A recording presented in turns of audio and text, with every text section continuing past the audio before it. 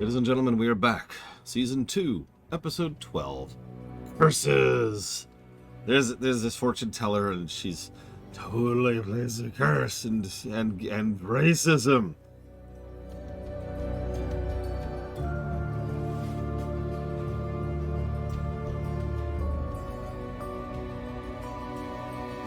So,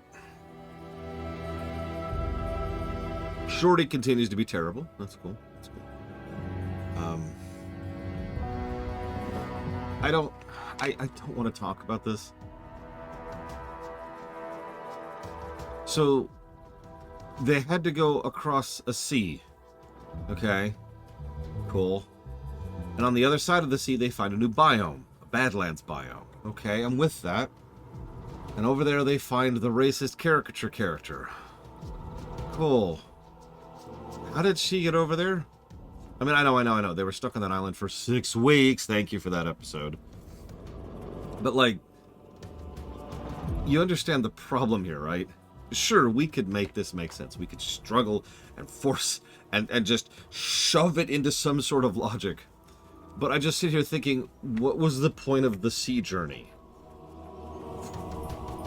In fact, I can't help but notice that the spikes seem to be... Yeah, why bother? The spikes seem to be doing straight line, like go this way. And I don't know if you know anything about travel, but straight line is almost always not the best way to travel. Especially, you know, pretty much any time you're not flying, actually. I mean, God's sakes. Try to straight line over a mountain sometime. Tell me how that works out for you. So, instead of straight line, like... God, that's it. It makes perfect sense, Lord Haramont. All right, I'm not going to complain too much. I actually enjoyed this episode for what it was. It's just the first thing it smacked me right in the face with is, hi. It looks like they've gone 3 feet, and also we've got the extremely unpleasant caricature character back. Cool. Then, to pile things on, they make her out to be an even worse character than before.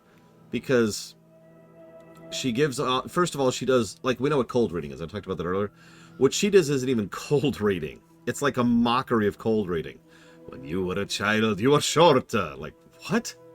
And then, you have someone like this, and you turn her into a combination of an asshole and a thief. Like, straight up robbing her, trying to steal the thing. And when all evidence is like, hey, by the way, check it out, she's trying to say, oh no, it's totally mine. And she even threatens to curse them for it. Yeah, tomorrow the sun will rise. What? Like... And you're probably thinking, well, hang on, where's the asshole part? Well, obviously her stealing something, insisting it's hers, and then insisting on being paid for it. That's not really great, but that's mostly just a grift. The asshole part is they've actually helped this woman before. They went and saved her freaking monkey free of charge. In fact, actually, if you remember, they didn't just save the monkey. They paid for the pleasure to do so. 5 silver, I remember.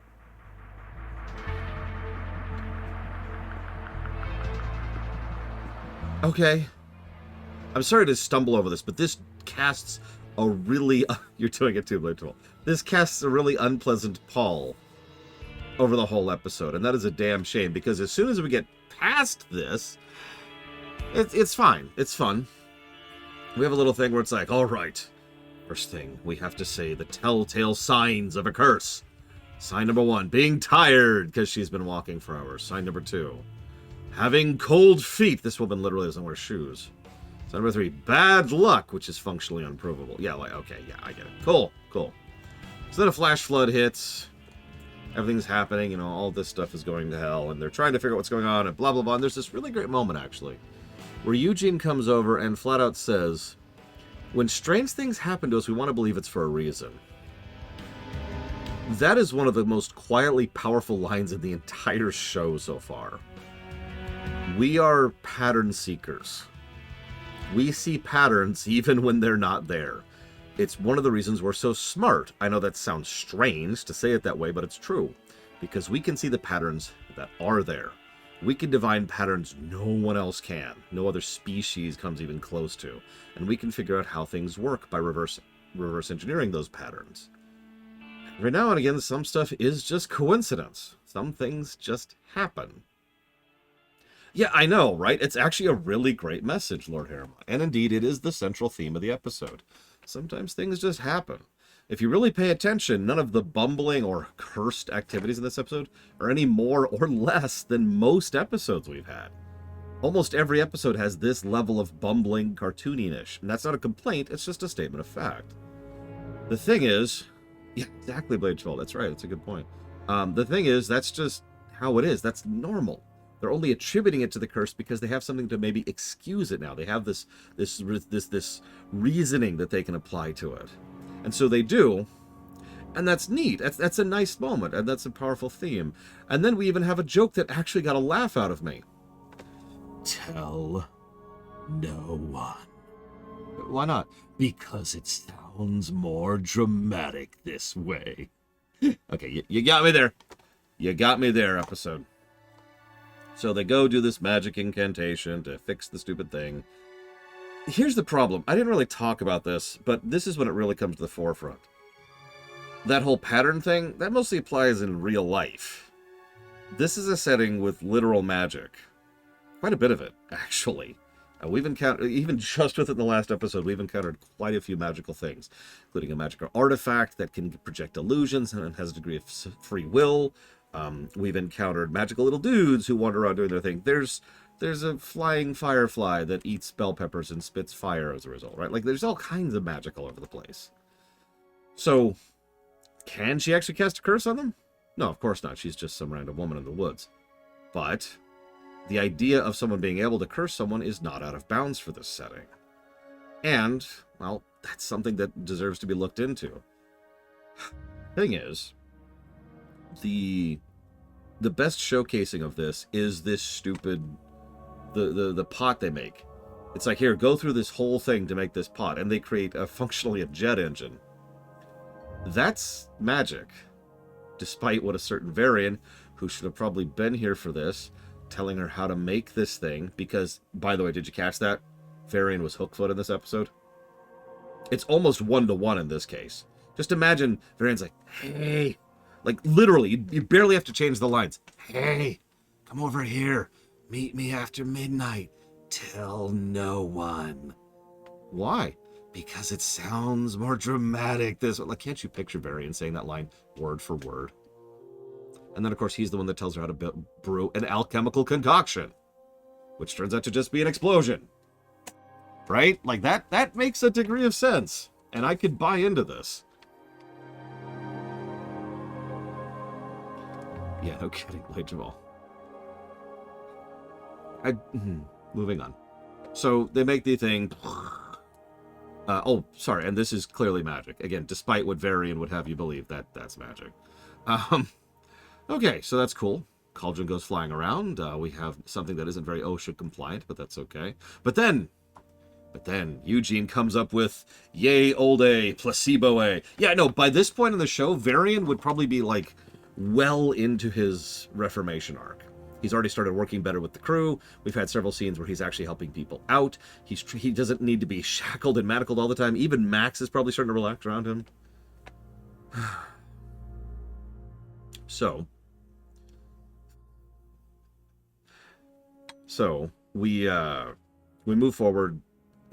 We get the placebo. The placebo does exactly what it's always supposed to do. Shorty reveals it's a placebo. The effect wears off immediately. By the way, fun thing about the placebo effect, it's a little bit misunderstood in real life, but it is an extremely real, tangible, proven, scientifically proven, repeated, multiple, rigorously tested, proven thing. It's actually wild how much the placebo effect is a real thing. It's probably the closest thing we have to fundamentally real magic in real life. Because the placebo effect is an actually real thing. It's just, I'm sorry. I don't want to go too much down that rabbit hole, but if you've ever looked into it, it is crazy. Anyways, so it works. Hey, we've got this. Dun, dun, dun. But of course, in fiction land, placebo effect usually works by simply doing something very, very basic. It gives them confidence. Even Looney Tunes understood this. Do you remember that? Space Jam. Don't worry, I've got the luck juice. It's just water. It's just water. And now they have confidence, and that's all they need is confidence. And that's actually true as well, by the way. People who have confidence tend to be all over. They tend to accomplish more. They tend to succeed more. That's also a proven thing. So, yeah, that tracks. She gets the placebo. She's more confident. They make it across. I hate to complain about an episode I'm mostly enjoying. What's up with this road? Like, I hesitate to call it a bridge. Can I share a really random thought I had in the middle of this? I've talked before about dream logic, and dream logic is fascinating because it's not actually illogical. There is a logic to dream logic. It's just dream logic usually skips several steps, right? The easiest and simplest way I can explain this is if you're in a dream and you think, I need to get to the grocery store, your dream is not going to do it, right? Instead, what's probably going to happen in your dream, if you were to like portray it, is you say, oh, I need to go to the grocery store. Then you turn around, walk through the door, and there's the grocery store. There's connecting threads in dream logic, but they're not completely literal logic, right? It's something that fiction usually gets wrong. Anyways, this is dream logic. I know that's a weird way to go with that, but I mean it. It's like, okay, there needs to be this path, and we need to get across this path, so we need to go across in this stupid caravan. So it's going to just kind of roll forward and then hop, and then, yeah, the rocks are just going to reset because it's a road. And yeah, Lord Harriman is correct. This is very video gamey in the wildest possible way. This is the kind of thing that I would see in a Mario Brothers game, which is just, it's appropriate for Mario Brothers, but it makes me go, huh? Here? And the whole time they're taking the whole caravan with them. Yeah, and it's just, can't you picture it? Can't you picture being in a dream and you're driving your car and you have to drive across this road, right? Doesn't it just sort of fit weirdly well in that particular slice? In fact, if I didn't know any better, I would say they actually were dreaming during this sequence, and this is another illusion. Oh my God, there's illusions everywhere. Something like that, right? But instead, it's just, no, this really is the path they have to go across. And somehow, both the twit face and the monkey are already on the other side. And this is the third time in a row that Vigor has glared at Eugene. Why? Are they going to pay that off? I don't mind background elements, but that's a weird thing to keep referencing. They even call attention to it and then don't explain it. I don't know, whatever.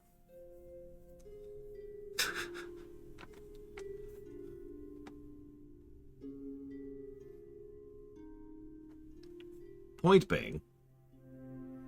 Black. No. He knows Eugene is ugly. Wait.